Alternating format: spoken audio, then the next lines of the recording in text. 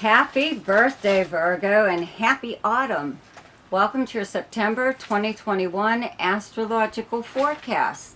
So the sun is still in your sign up until like the 20th. But the 20th, the 21st, sorry. Mars is still in your sign up until the 13th, and there's a new moon in Virgo on the 6th. So all this stuff is going on in your first house. So having Mars, by now you should have gotten a bit of a jolt of energy or enthusiasm or something or other. That's what Mars does, okay? I'm pretty sure I explained it last month. But anyways, you still have like all this time left. In fact, around that new moon is a great time to begin something, a new project, a new way of life, a new thought pattern, anything that you would like to begin at this time. That's what Mars does. It helps you to clear away something that isn't working and putting it the way you would like it to be, okay? It helps you to set things straight, even people, you know. So if you're dealing with people that really need to be told a thing or two, to either stop doing something or start doing something or whatever, you know. But that's what Mars does. It's the ego planet. It's in your sign and it's in your first house, and it's making you very aware, you know, of whatever it is that how you affect other people. And I always say, you know, that it's like every so often you have to remind people what their lives would be like without you in it.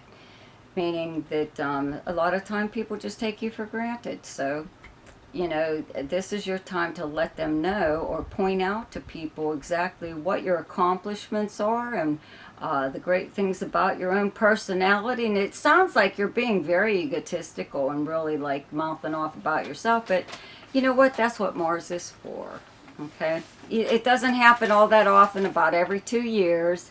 So this is a time to really let people know that you're around and you mean business. There's a new sheriff in town, okay? So, again, you know, you are the center of attention just because of that sun, okay? You're beaming and shining and people can't help but notice you.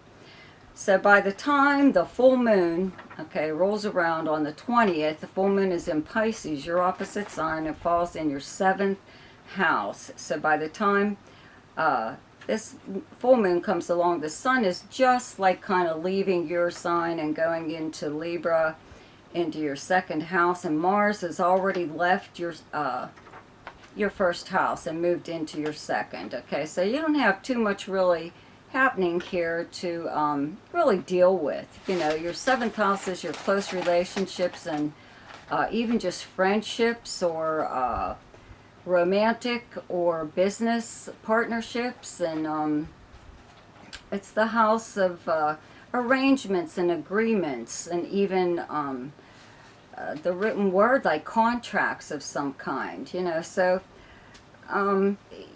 when a full moon comes along, it brings an issue or whatever, a problem to the surface where it can be dealt with. And that's what this is doing. Okay, so if you have something or other that's not going well in your close relationships, this would be the time to get it off your chest. Okay, you're going to have an awful lot of time to really, you know, deal with it. It's not like it's something that just popped up, you know. I'm sure if there's a problem there, you and this other person are both aware of it. So maybe even they would like to get a few things off of their chest. Okay, so don't be too concerned about it. I really wouldn't.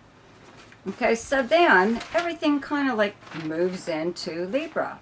Okay, now Venus has been in Libra since last month and will be in Libra up until the 9th and move into Scorpio on the 10th. And where you have Libra in your chart is your 2nd house of earned income. It's money that you make working. Okay, it's also your valuables, anything that you own that you value, and it is also your personal values, though. Okay, Mars, excuse me, when Mars leaves your sign, it moves into Libra on the 14th, okay? Mercury just moved into Libra at the end of August, like August 30th. And it's going to be here all month, and it actually turns retrograde on the 27th. And I'm including a link to a video that I did on Mercury retrograde, so you should probably listen to that, because Mercury is your ruling planet. No matter what sign it's in, it always affects you, and it does affect you a little bit more, you and Gemini, when it turns retrograde, okay, because it's the ruling planet for both of you, okay, so it's going to affect you just a teensy bit more than maybe other signs. And let's see. Okay, so anyways, you've got a crowded second house of earned income.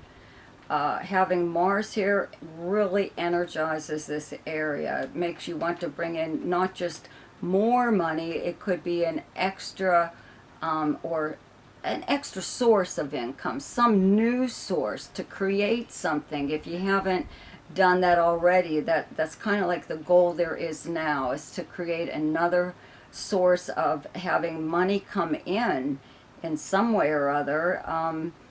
You know, you have Saturn and Jupiter on the 6th house of the workplace and the kind of work that you do. They're both in Aquarius, and that's the sign that you have on your 6th house. Now, Aquarius is a nice air sign, and so is Libra. So all of these planets in your 2nd house of Libra right now are going to trine these planets, Jupiter and Saturn, in Aquarius. So they're going to help this along, okay? 6th house is the workplace, your co-workers, your work schedule, all that stuff. So there could have been an increase there in some way or other, or even a new person coming in to the workplace, or company policies changing in some way or other. But that's kind of like what's going on here is, you know, it doesn't to me look like there's a big raise going on right now, but you could actually be on the receiving end of something right now. If it isn't more work, you know, you might just be getting more work. They might just be dumping more stuff on you, but there's a little bit of compensation at least coming in for it at this time. And it looks like if you do work for someone else, you're given a really choice assignment, but it's a lot of responsibility. And it could even be a prestigious client or something like that. And if you're self-employed, it's the same thing. You know, you could take on somebody that's a pretty big deal, you know. And but again, like I said, it's a lot of responsibility. So it's not like you couldn't handle it, but it's maybe something you wouldn't have gone after if it wasn't for, I think, having Mars transiting your 2nd house right now and encouraging you to increase your income in some way or other. Okay, also, having all these planets, even towards, well, they're there at kind of like the beginning of the month while the sun is still in Virgo. So this is, I see, a really nice gift of some kind coming, a birthday gift. Okay, could be a pretty big deal. Could be something, I don't want to say it's expensive, but it could be a pretty big deal to you. Okay, so, you know, don't forget, you're on the receiving end here of a lot of birthday wishes and whatever, but also gifts, okay? Venus moving into Scorpio on the 10th in your 3rd house, and it'll stay here like till the end of the month. Makes your everyday life a little bit more pleasant. That's one of the things that the 3rd house governs, is the people that you would encounter throughout the normal course of your day, like your neighbors, any business that you would frequent or patronize, whatever. This is the house of communications and travel. Just having Venus here right now could increase both of these things, but more than likely communications.